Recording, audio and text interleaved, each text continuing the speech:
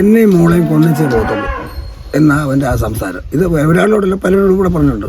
ഞാൻ പോലീസ് സ്റ്റേഷനിൽ പോകണമെങ്കിൽ തട്ടിച്ചേ പോകത്തുള്ളൂ. അതങ്ങനെ ഒരു വിഷയം അങ്ങനെ നിന്ന്. അത് കഴിഞ്ഞിട്ട് ഇന്നലത്തെ സംഭവം എന്ന് പറയുന്നത്, ഞാൻ വടവണ്ണം അമ്പലത്തിൽ ഉത്സവം കാണാൻ കെട്ടുകാഴ്ച കാണാൻ പോയിട്ട് വരുക. വന്നാൽ 10:30 മണിയാവും അല്ലേ മോളെ? 10:30 മണിയാവും. ഇവിടെ വന്നപ്പോൾ ഇവനും ഇവൻ്റെ മകനും കൂടെ അനീഷൻ എന്ന് പറയുന്നൊരുത്തനും കൂടെ ഈ തോട്ടത്തിൽ വിളിച്ചിരിക്കുമായിരുന്നു. ഞാൻ വണ്ടി നിർത്തിയതും എൻ്റെ ദേഹത്ത് ആക്രമമാവുന്നേ. എനിക്ക് കണ്ണ് തുറന്നു നോക്കാൻ സമയമില്ല. ഈ അനീഷൻ എന്ന് പറഞ്ഞാൽ എൻ്റെ കണ്ണി മണ്ണ് വരിയിട്ട് പിന്നെ നമുക്ക് അവസ്ഥയില്ലല്ലോ. ആദ്യം വെട്ടുന്നത് കൂടെ ആദ്യത്തെ വെട്ടങ്ങ് തട്ടി. അതാണിത് കേട്ടോ, ഈ വെട്ട്. അത് കഴിഞ്ഞിട്ട് തലയ്ക്ക് വീണ്ടും വെട്ടി. പിന്നെ തുരുതുരി അങ്ങ് വെട്ടി. വെട്ടും കഴിഞ്ഞ് ഞാൻ അവിടെ രക്തത്തിൽ കുളിച്ച് നിന്നു.